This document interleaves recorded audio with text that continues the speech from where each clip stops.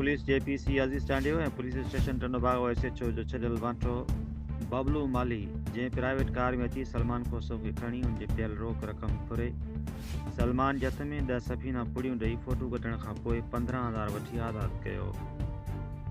सलमान खोसो खे बेगुनाह हिरासत करे पैसा वरिता विया जंहिंजी वीडियो बयान तव्हांजे साम्हूं आहे। जॾहिं पीसी अज़ीज़ टिंडो सां राब्तो कयो वियो त हुन चयो त असांखे SHO मोकिलियो आहे, वधीक ख़बर न आहे।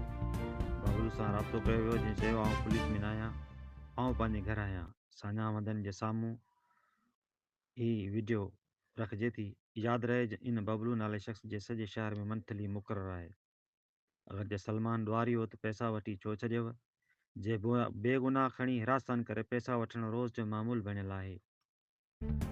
असां अपील था कयूं SSP बदीन साहिब DIG हैदराबाद ऐं सिंध इंसानी हक़नि वारे इदारनि खे हिन मामले जो नोटिस वठे, इन्हनि ब्लैकमेलिंग करण वारनि खे फिलफोर हटाए ग़रीब क़ैबीन हवाईंदड़ सां इंसाफ़ कयो वञे। Report Ali Ghulam Khoso, social media centre Sindh, Tando बागो।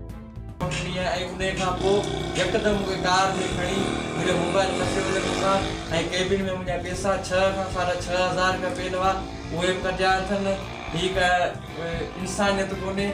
सरेआम टिने भागे में सफ़ीना हले पई, हर शइ हले पई, मंथलिन ते हर शइ कमु थिए पियो। मूंखे 10 पूड़ियूं उन्हनि पाण ख़ुदि हथ में जलाए करे फोटू कढाया अथनि ऐं इहो मूंसां नाइंसाफ़ी कई अथनि। पैसा वरिता अथनि, 15,000 रुपया मूंखां वरिता आहिनि।